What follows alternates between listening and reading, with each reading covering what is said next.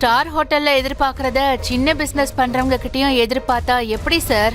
அம்மா பொண்ணு கல்யாணமா, காசு கொடுக்காம ஓடியா பேர போறேன்.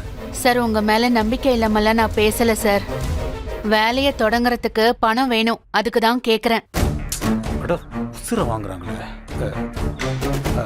அம்மா கொடுத்த அட்வான்ஸ் வச்சு ஏதாவது பண்ண முடியுமான்னு பாருங்களேன். இல்ல சார், கண்டிப்பா முடியாது. சரி, நீங்க எப்போ சென்னைக்கு வருவீங்க? நான் வர்றதுக்கு நைட்டு எப்படியும் 12-1 மணி ஆயிருமா. அப்ப காலையில நான் கேட்ட அட்வான்ஸை கொடுத்துருங்க. கொடுத்தீங்கன்னா வேலையை ஆரம்பிச்சிடுறேன். இல்லனா கொடுத்த அட்வான்ஸை நீங்களே திருப்பி வாங்கிக்கங்க. Thank you sir. என்ன இந்த அம்மா இப்படி சொல்லுது? இப்ப என்ன பண்றது? என்னம்மா ஆச்சு? அட்வான்ஸ் இல்லாம வேலையை ஆரம்பிக்க முடியுமான்னு கேக்குறாரு. அது எப்படி முடியும்? அப்ப இந்த ஆர்டர் அவ்வளவுதானா? காலையில அட்வான்ஸ் கொடுக்க சொல்லி கேட்டிருக்கேன்ல, கொடுக்கறாரா இல்லையான்னு பாப்போம்.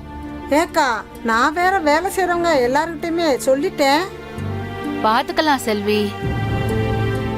அவர் சும்மா ட்ரை பண்ணி பாக்குறாரு. எனக்கு என்னமோ அவர் அட்வான்ஸ் கொடுத்துருவாருன்னு தான் தோணுது. கொடுத்தா ஆர்டரே எடுப்போம், இல்லையா அடுத்த ஆர்டருக்கு வெயிட் பண்ணுவோம், அவ்வளவுதானே? சரி, நான் கிச்சனுக்கு போய் மளிகைலாம் என்ன இருக்குன்னு பாக்குறேன். அதுக்கு வர லிஸ்ட் எல்லாம் கொடுக்கணும், சரியா? வர இரு. அது என்னமோ தெரியல இனியா பாப்பா. அக்கா என்ன பண்ணாலும் அதுல ஏதாவது ஒரு தடங்கள் வந்துகிட்டு தான் இருக்கு. தடங்கள் வந்து அப்புறமேல்தான் சரியாகுது.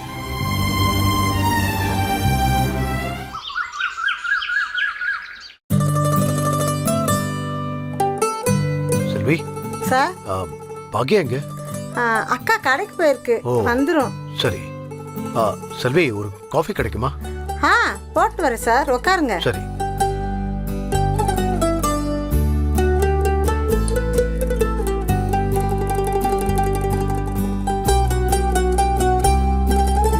இந்தாங்க சார்.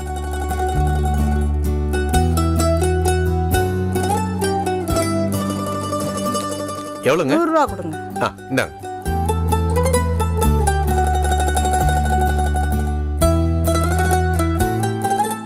அக்கா குடு பாக்கியா. இல்ல பரவாயில்ல செல்வி, இது உள்ளவே.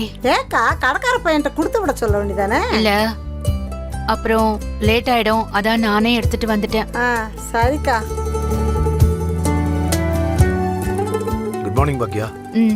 Good morning. செல்வி, கல்யாண ஆர்டர் கொடுத்த கஸ்டமர் இன்னும் வரலையா? இல்லக்கா, அவர் வரல. ஏன் வருவாரா? தெரியலையே செல்வி. ஏக்கா, வரலனா என்னக்கா பண்றது?